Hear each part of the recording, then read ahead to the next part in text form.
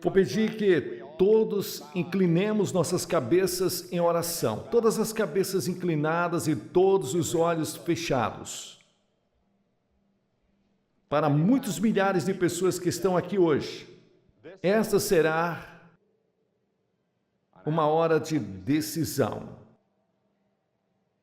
E você nunca mais será o mesmo a partir de hoje. Mesmo que você recuse a Cristo, você nunca mais será o mesmo. Uma vez que você o ouviu, uma vez que você ouviu o Evangelho e o rejeitou, você nunca mais será o mesmo.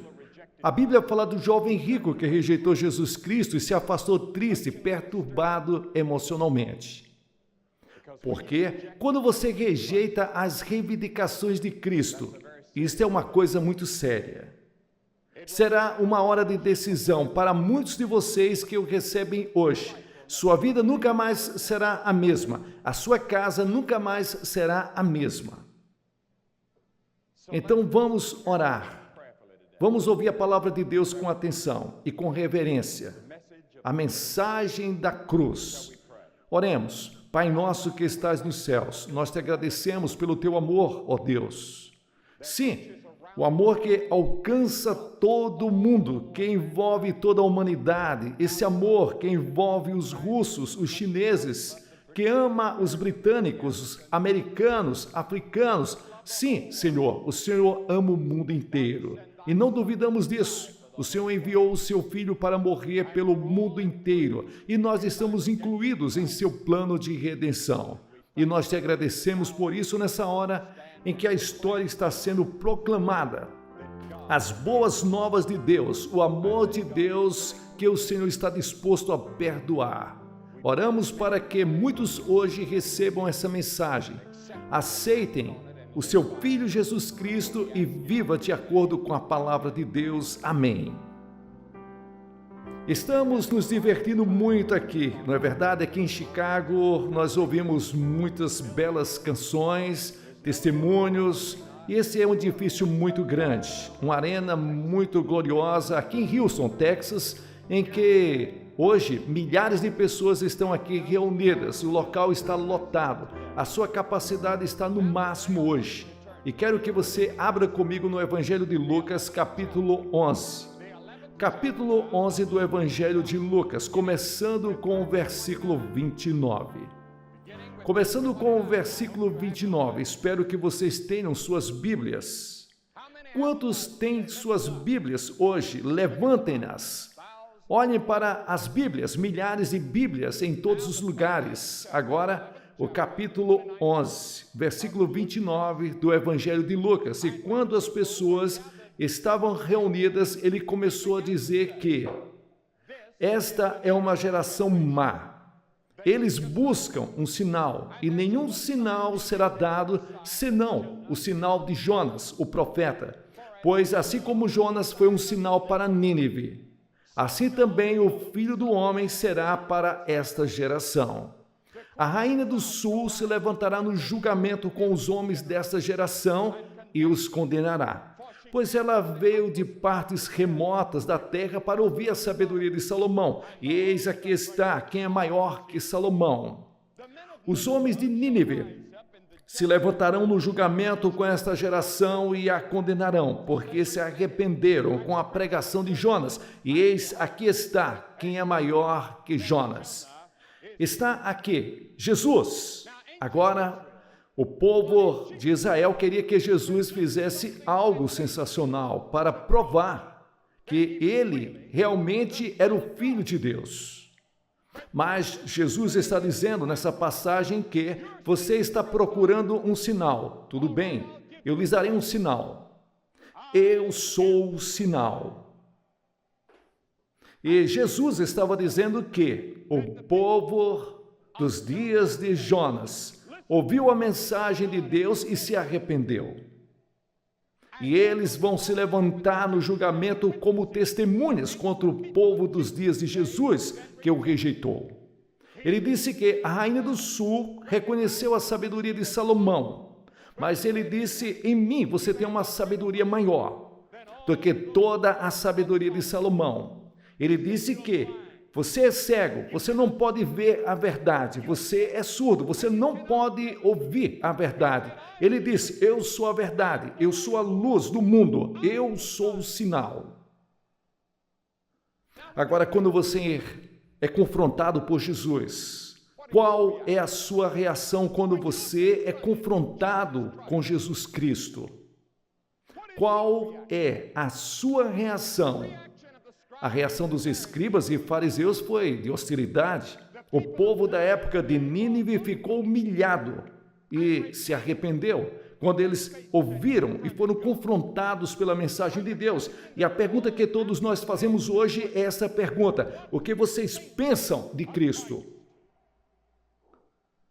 Há uma ópera rock no momento, chamada de Jesus Cristo Superstar. Em todo o país, milhares de jovens estão falando sobre Cristo. Eles não podem escapar de Jesus. Há uma peça na Broadway agora, intitulada O Feitiço de Deus, uma versão musical do Evangelho de São Mateus. Há um novo filme agora, chamado Brother John, o irmão João, do qual Sidney Poitier interpreta Jesus Cristo na forma de um homem negro, do Alabama. A capa da revista Times, há algumas semanas atrás, falou sobre Jesus Cristo Superstar. E esta ópera rock da Inglaterra está confrontando os jovens com uma pergunta: quem é Jesus Cristo? Uma investigação eletrônica de 87 minutos sobre a vida de Jesus. Quem é Jesus? E a ópera termina com a voz de Judas voltando dos mortos e ainda questionando quem é Jesus. Não me entenda mal, diz Judas. E a ópera, eu só quero saber. E então, o refrão assustador segue dizendo: Jesus Cristo Superstar, você acha que é o que dizem que você é? Jesus Cristo, você acha que é o que eles dizem que você é? É interessante para mim que, em 1971, as peças, os livros, as óperas, os filmes sobre Jesus Cristo. Nossa geração não pode escapar de Jesus. E quando as boas notícias para o homem moderno surgiram, uma nova tradução do Novo Testamento pela Sociedade Bíblica Americana, venderam 25 milhões de cópias. Não podemos escapar de Jesus. Nunca ouvi falar de uma ópera ou uma peça falando sobre Buda, Maomé ou sobre Gandhi. Nossa geração ficou obcecada por Jesus Cristo. Os jovens estão falando sobre Jesus. Ele é o assunto da conversa atual nos campos universitários, nas escolas.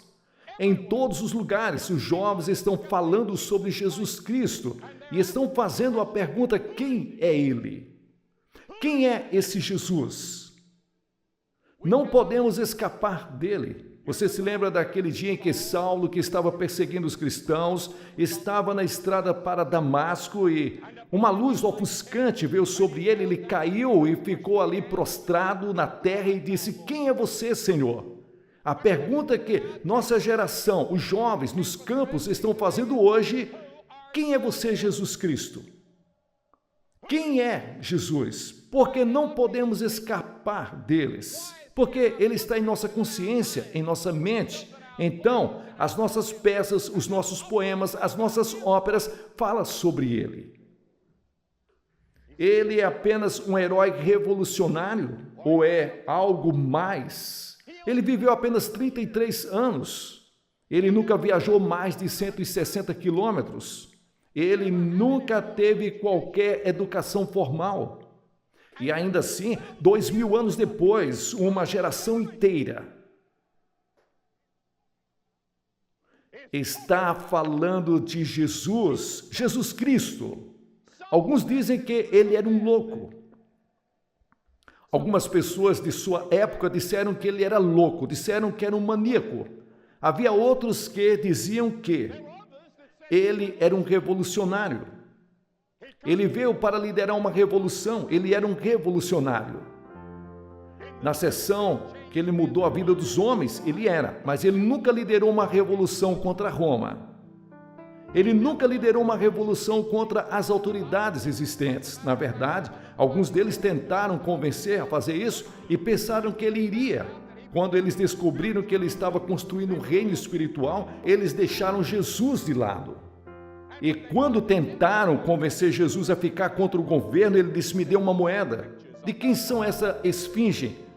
E disseram: de César. Então ele disse: dai a César o que é de César e a Deus o que é de Deus. Sim, as escrituras dizem que eles pararam de fazer perguntas a ele, porque ele sabia muito bem como responder.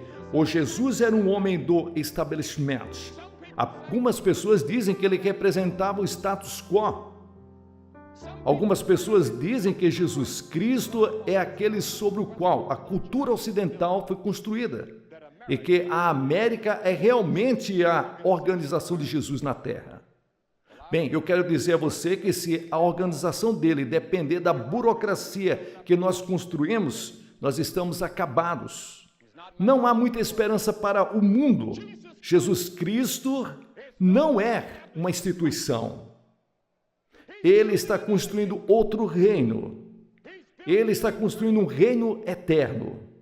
E há algumas pessoas que dizem que ele foi o primeiro hippie. Eles disseram que ele tinha um cabelo comprido e com os seus discípulos fazia uma comunidade. Você sabe que, na verdade, nós não sabemos como ele era? Não sabemos se ele tinha uma barba longa ou não. São apenas as fotos dos artistas que pintaram e achamos que ele tinha tudo isso, cabelo longo, comprido, mas nós não sabemos. Provavelmente ele tinha, porque as pessoas daquela época tinham esse estilo de vida. Mas nós não sabemos. Ali são apenas imagens de Jesus que foram pintadas propositalmente. Porque Deus é um espírito e deve ser adorado em espírito. E então teve gente que disse que ele era deliberadamente mau, que ele era um homem mau, que ele tinha demônio. E que ele era... Essa é a pergunta. Jesus Cristo, quem é você? Quem é Jesus? Não podemos escapar dele. Temos tentado fugir, mas ele está presente. Ele continua aparecendo em todos os lugares. Nossos maiores filósofos escreveram sobre ele. Nossos maiores historiadores escreveram sobre ele. Nossos maiores poemas e peças são sobre Jesus Cristo. Nossa arquitetura é sobre ele. Mesmo na União Soviética, você vai para o Kremlin, e eu estive no Kremlin, e está tudo cheio de pinturas e imagens sobre Jesus. Você vai a qualquer lugar da União Soviética e verá imagens e arte, e grande parte da música tem a ver com Jesus. Eles não podem escapar dele. Bem, sabemos algumas coisas sobre ele, sabemos que ele era um homem. Jesus era completamente humano. Ele era representante dos homens, porque a Bíblia diz que ele foi identificado, ele foi contado com os transgressores. Sabemos que ele estava com fome, sabemos que ele teve sede, sabemos que ele se cansou, sabemos que ele teve alegrias, amizades, sabemos que ele chorou no túmulo de um ente querido. Sabemos que ele tinha todas as características de um homem e ainda assim, muito interessante, a Bíblia diz que ele nunca cometeu pecado.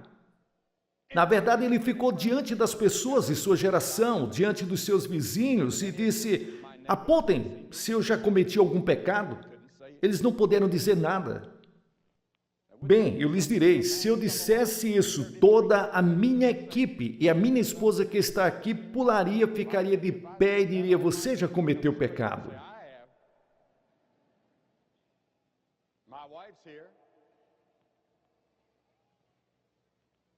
Todos nós somos pecadores, mas Jesus foi tentado em todos os pontos como nós somos, e ele passou por todas as tentações que nós já passamos, todas as provações, testes, tentações, e Jesus passou, e ele resistiu e superou todos eles.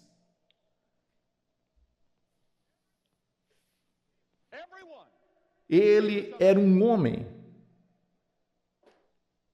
como você, mas ele era mais do que isso. Ele alegou ser o único Filho de Deus encarnado e unigênito. Na verdade, ele alegou a pré-existência. As Escrituras dizem que no início era a palavra, e a palavra estava com Deus. Antes do início dos tempos, ele existia. Ele disse, antes de Abraão ser, eu sou. Eu estou na existência eterna. Não é de admirar que eles tenham ficado com raiva, não é de admirar que tenham jogado pedras nele e admirar que eles tenham tentado matá-lo. Eventualmente, eles crucificaram. Ele levantou e disse, eu sou. Era ele quem afirmava ser filho de o Deus vivo. Um dia ele perguntou aos seus discípulos, quem os homens dizem que eu sou? E Pedro respondeu e disse, bem, algumas pessoas dizem que você é João Batista, outros que é Jeremias, que você é Elias. E ele disse que eu realmente não estou interessado no que as pessoas dizem que eu sou. Pedro, eu quero saber o que você diz. E Pedro disse, você é o Cristo, o Filho do Deus vivo. E Jesus disse, Pedro, você se saiu muito bem, você passou no teste, mas Pedro, esses pensamentos não são seus, esses pensamentos vieram de Deus, foi revelado a você por meu Pai. Jesus Cristo afirmou ser o Filho do Deus vivo, e você sabe que em sua encarnação, em seu nascimento, não foi realmente a sua origem, não foi o seu começo. Sim, ali foi apenas o começo de sua encarnação, porque ele sempre existiu, de eternidade em eternidade. Ele é Deus. A Bíblia diz que o Verbo se fez carne e habitou entre nós. Em outras palavras, o Logos, a palavra de Deus, o Deus eterno, se tornou carne na pessoa de Jesus Cristo e viveu como homem entre nós. É o que a Bíblia ensina. E quando você vem a Jesus Cristo, você tem que aceitar que ele não é apenas um revolucionário, ele não é apenas um hippie, ele não é apenas mais um grande homem, ele é Deus em carne e osso. A ética que ele ensinou, nunca um homem falou como Jesus Cristo. Quando você é atingido de um lado, ele diz, dê a outra face. Ele nunca disse o que você deve fazer depois. Mas ele fez. Ele diz, perdoe 70 vezes 7. Conte isso, as pequenas irritações de sua esposa ou de seu marido. 70 vezes 7, você perdoa. Minha esposa uma vez disse que o segredo de um casamento feliz são 2 bons perdoadores. E é isso que são. 2 pessoas com poder de perdoar, que podem perdoar uns aos outros. Jesus ensinou que devemos perdoar. Ele ensinou uma revolução na maneira como devemos viver. Ele nos ensinou que não eram apenas nossas ações externas que Deus julga, mas são os pensamentos e intenções interiores. Ele disse que Moisés falou nos 10 mandamentos que se você cometer adultério, mas eu digo, se você olhar para uma mulher e cobiçar, você já cometeu adultério. Ele disse, Moisés disse que você não deve matar, mas eu digo que se você tiver ódio em seu coração contra seu irmão, sem justa causa, você já é culpado. Ele elevou a ética do homem ao mais alto grau. Ele exigiu que vivêssemos esse tipo de vida. E ele mesmo viveu esse tipo de vida. E as Escrituras dizem que ele julga por dentro. O procurador-geral dos Estados Unidos disse outro dia que a América está mais em perigo por dentro do que por fora. E você também, hoje está em perigo, a sua vida pessoal. Davi disse, em pecado a minha mãe me concebeu. Jesus disse que do coração do homem procedem os maus pensamentos, assassinatos, roubos, blasfêmias. Todo o mal do mundo vem do coração do homem, que precisa ser mudado. E é por isso que Jesus disse que você deve nascer de novo. Você deve se converter. Você deve ter um novo coração. E ele pode fazer isso. Como você explica? Jesus Cristo, você é o que você diz que é? Você sabe que eles só trouxeram 3 acusações contra Jesus para o crucificar? Eles disseram que este homem ama os pecadores. Essa foi uma acusação. A segunda, ele curou no dia de sábado. E a terceira, ele afirmou ser o Filho de Deus. Ele é Filho de Deus. Olhe para a autoridade dele. Jesus veio até eles e falou com eles, dizendo que toda a autoridade me foi dada. Eu sei de uma coisa. Ele perdoou o pecado e nenhum profeta jamais fez isso. O próprio Jesus perdoou o pecado. Ele disse que os teus pecados são perdoados. Eu sei que ele tinha autoridade sobre a natureza. Um dia, uma noite, ele estava no meio de uma tempestade. O relâmpago estava brilhando, o trovão estava rugindo, o mar estava furioso, o vento soprava. Os discípulos estavam com medo e Jesus estava dormindo no barco. E ele se levantou do barco e disse que a paz seja firmada. E assim os relâmpagos deixaram de brilhar, os trovões deixaram de rugir, e a chuva parou de cair, e o vento acalmou, e o mar acalmou, e a natureza obedeceu-lhes. E os nossos jovens acreditam nisso hoje, porque uma de suas músicas mais tocadas é Segura nas Mãos de Deus. Ele acalmou o mar, ele tinha poder sobre a natureza. Alguns meses atrás nós estávamos voando de avião e naquela época nós estávamos indo embora. Havia um tufão que estava saindo das Filipinas. E pouco antes de sairmos do tufão, o piloto do avião me convidou para sentar na cabine com ele. E ele parecia bastante tranquilo. Tínhamos muita chuva e parecia tudo muito difícil, mas de repente o avião pareceu que bateu em alguma coisa. Pareceu que bateu numa parede, sacudiu toda a aeronave, estremeceu.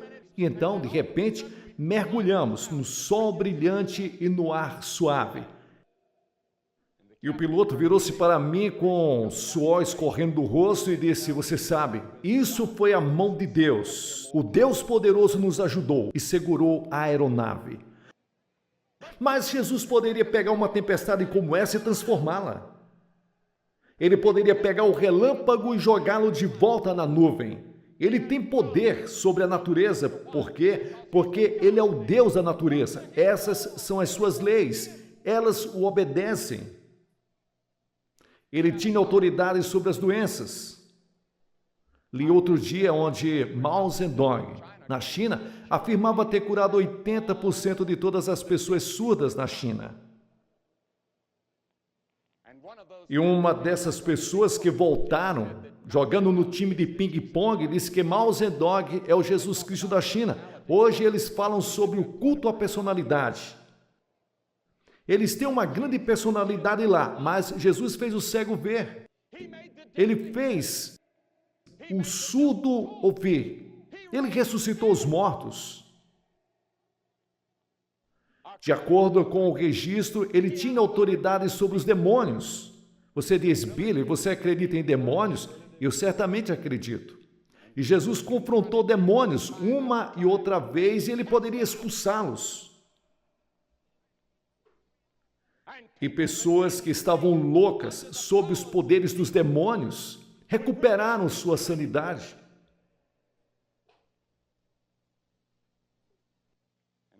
E então, olhemos para a morte que ele morreu. Alguma vez um homem morreu como Jesus? O relâmpago brilhou no trovão. O trovão rugiu, a terra começou a tremer. Até os soldados confessaram que esse deve ser o Filho de Deus. Qualquer um que possa ver Jesus na cruz vai ser tocado em seu coração de pedra. Primeiro tiraram as suas roupas. Depois pegaram longas tiras de couro, com bolinhas de aço ou de chumbo na ponta e bateram nas costas dele até que saísse sangue. Então colocaram uma coroa de espinho em sua testa e seu rosto estava sangrando. E eles riram dele, cuspiram nele e zombaram dele. E com um estalar de dedos, 72 mil anjos já haviam desembainhado suas espadas, pronto para vir em seu socorro e limpar esse planeta da existência no universo. E Jesus disse: não, para esse fim eu nasci.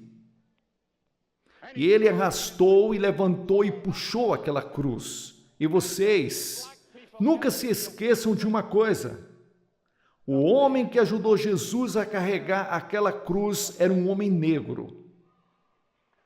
E nunca se esqueça de outra coisa: Jesus pertence à África, tanto quanto pertence para a Europa e para a Ásia. Ele nasceu naquela parte do mundo que toca a África e a Ásia e a Europa. E Jesus não era um homem branco como eu. Nem ele era tão negro como alguns de vocês. Não sabemos qual a cor da sua pele, mas deve ter sido uma cor escura. As pessoas de sua época, naquele momento, eram homens de cor escura. Nunca diga que a sua religião é de homem branco ou de homem negro. A religião pertence a Jesus Cristo.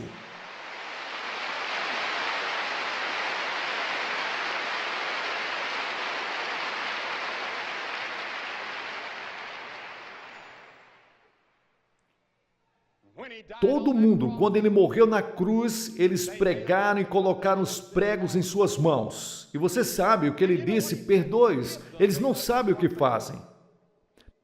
Perdoe-os. Poderia você perdoar alguém que está colocando pregos em suas mãos e você sabe que você não merecia?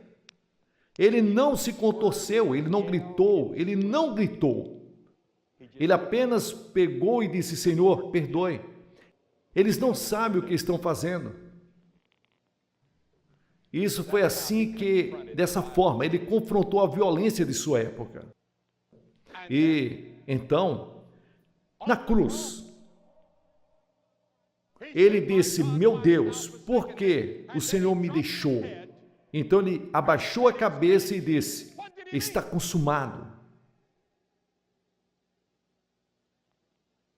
Está consumado, que o plano da salvação foi concluído, que Deus agora pode perdoar todas as pessoas e completamente, que o plano de Deus para a salvação se torna realidade, porque você vê, Deus conhece você que está aqui pelo seu próprio nome, Ele tem os cabelos de sua cabeça numerados, Deus olha para você como se você fosse a única pessoa do universo, Ele vê você e conhece o seu coração, Jesus teve a capacidade de pensar em você.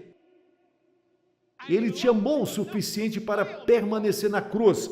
Já houve tanto amor como aquele, quando ele poderia ter sido resgatado e levado de volta ao céu e sentar-se em seu trono, mas ele disse: não, estou fazendo isso pela alegria que está diante de mim. Porque ele viu que seria ressuscitado dentre os mortos, ele viu que haveria uma reunião nas gerações vindouras de um povo para o seu nome, que comporia seu corpo, e ele viu o dia em que reinaremos com ele em seu reino. Sim, eles o colocaram em uma tumba, e é onde a estrela de Jesus Cristo o deixa. Mas em Kansas City, algumas pessoas pegaram a ópera rock e eles levaram isso direto para o próximo passo, a ressurreição. E se você não tem a ressurreição, você não tem nenhum evangelho. Jesus Cristo está vivo. E quando eles foram ao túmulo naquela manhã, eles ouviram a maior notícia que o mundo já recebeu. Ele não está aqui, ele ressuscitou. Ele está vivo, vivo hoje. E é isso que o inspirou os discípulos a virar o mundo de cabeça para baixo nos seus dias, falando da ressurreição, em todos os lugares, declarando: Jesus Cristo está vivo. Você sabe que alguns de nós cristãos vivemos como se Jesus estivesse morto? Ele não está morto. Ele está vivo.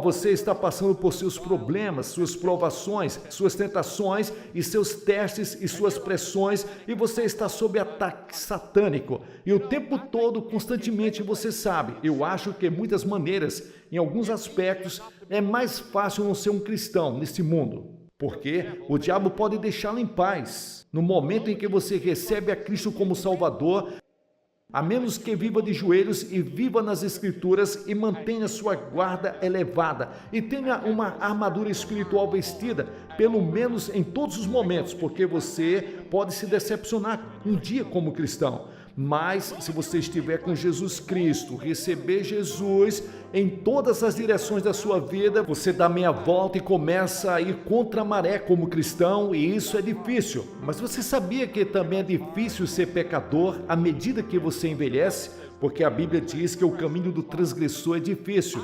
Às vezes assisto programas da televisão onde há crimes. Nunca na minha vida vi criminosos trabalharem tanto pelo dinheiro que ganham. Parece-me que eles poderiam conseguir um negócio legítimo e ter muito mais felicidade para conseguir seu dinheiro. Eles trabalham para isso. Isso está de acordo com o roteiro e tenho certeza que a vida real só é boa de ser vivida com Jesus Cristo. Ele ressuscitou dos mortos. Se ele não está vivo, então não existe cristianismo. Ainda estamos em nossos pecados. Paulo disse que a coisa toda é uma farsa. Esqueça isso. E então o povo que receberam a Jesus Cristo, o que aconteceu com eles? Tivemos um cara aqui outra noite. Aquele era um líder do Pantera Negra. Ele disse que achava que poderia mudar o mundo através do movimento do Pantera Negra. Até que ele disse que conheceu Jesus Cristo. E disse: Jesus mudou minha vida e tirou todo o ódio. Mas ele disse que eu acredito que isso pode ser feito com o poder de Jesus. É isso. Jesus em nosso coração.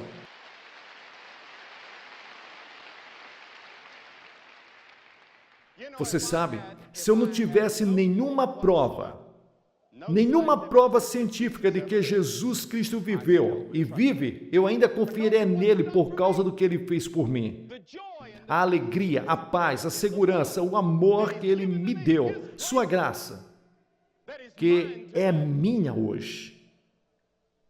E então, a satisfação que ele dá àqueles que confiaram nele. Quem és tu, Senhor?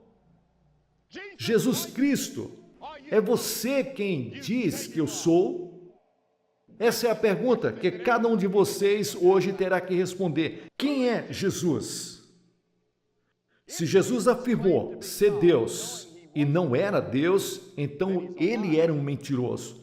E teremos que dizer: Jesus, você é um mentiroso, você é uma fraude, é uma farsa, você é a maior fraude na história da raça humana. Ou, se Jesus pensava que era Deus e não sabia a diferença, então ele precisava desesperadamente de ajuda mental. Ele precisava de vários psiquiatras. A terceira alternativa é que ele era quem afirmava ser Deus em carne e osso. Acredito que há evidências esmagadoras de que ele é quem afirma ser o Filho do Deus vivo, mas não posso provar isso cientificamente.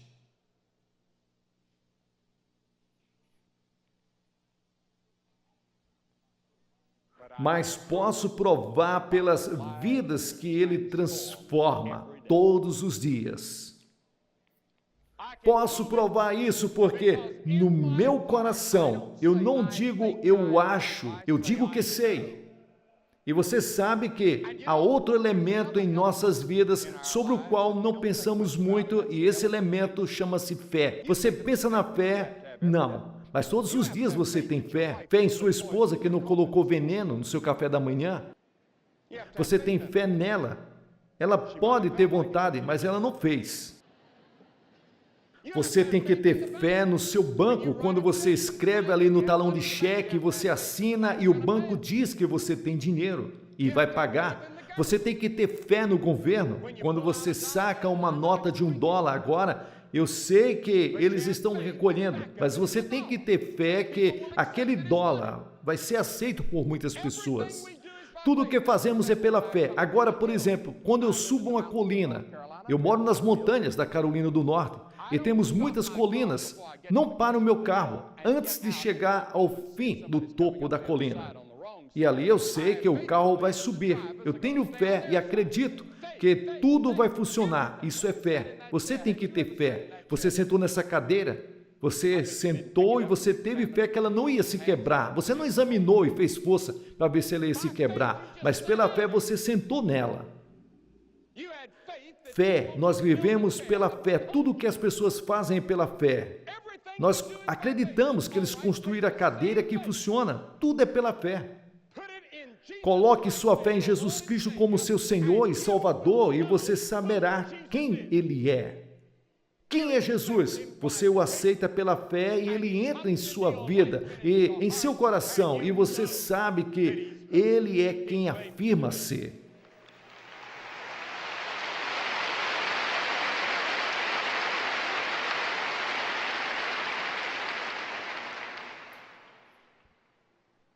Naquela estrada de Damasco, a quem me referi há pouco, o apóstolo Paulo disse: quem és tu, Senhor? E então Paulo fez outra pergunta a ele. Paulo disse: o que você quer que eu faça, Senhor? E Jesus disse: levante-se e vá. Estou pedindo a você, hoje, para se levantar e vir até Ele agora. Alguns de vocês podem rejeitá-lo. Alguns podem simplesmente adiar e dizer: eu vou esperar até outra hora. Eu quero te receber como meu mestre, como filho de Deus. Eu quero te receber em meu coração, ter o perdão dos meus pecados e mudar de vida. Jesus Cristo Superstar. Judas, não me entenda mal. Eu só quero saber o que ele disse. Então o refrão assustador. Jesus Cristo Superstar. Você acha que é o que eles dizem que você é? Sim. E mais, 10.000 vezes mais do que 2.000 homens na Inglaterra já colocaram nessas letras e Jesus Cristo, o Filho de Deus. E hoje você é solicitado a recebê-lo de fato. Se você vai para o céu, a Bíblia ensina que você tem que recebê-lo. Se quiser ter seus pecados perdoados, você tem que recebê-lo. E vou pedir para você fazer isso hoje. Vou pedir para que você faça publicamente, como vocês sempre fazem. Vou pedir a centenas de vocês que se levantem de seus assentos agora mesmo e fiquem na frente dessa plataforma, silenciosamente, reverentemente, e diga: eu quero Jesus Cristo em meu coração. Eu quero que Ele me perdoe os pecados. Eu quero saber que eu vou para o céu. Eu quero que Ele mude a minha vida. Eu o recebo como meu Senhor e Salvador. E se você estiver com amigos ou parentes, se você veio de ônibus, eles vão esperar. Porque eu peço que você se apresente. Porque todas as pessoas que Jesus chamou no Novo Testamento fizeram publicamente. Você vem publicamente, abertamente e se declara. Você pode ser protestante, pode ser católico, pode ser judeu, pode ser ortodoxo, você pode não ter nenhuma religião, mas Deus falou com você hoje e você sabe que precisa de Cristo. Venha e tenha certeza agora mesmo. Vamos esperar. Vou pedir para que ninguém saia do culto, por favor. Nesse momento é um momento sagrado. Eu sei que você quer ir para casa, mas espere. Se levante e venha agora mesmo rapidamente de vários lugares. Centenas de vocês. Vamos esperar vir de todos os cantos do estádio. Enquanto Deus está falando com vocês, você pode estar no coral, pode ser um membro do coral, pode ser membro de igreja. Venha agora. Pessoal, aqui é o pastor Gilson Soares fazendo aqui as locuções das mensagens do reverendo Billy Graham. Você que chegou até o final desse vídeo, dê um like para abençoar. Compartilhe com outras pessoas. O conhecimento é muito importante. E considere abençoar esse canal e a obra missionária na cidade de Guarabira com qualquer valor que Deus colocar no seu coração. Que Deus te abençoe ricamente, em nome de Jesus.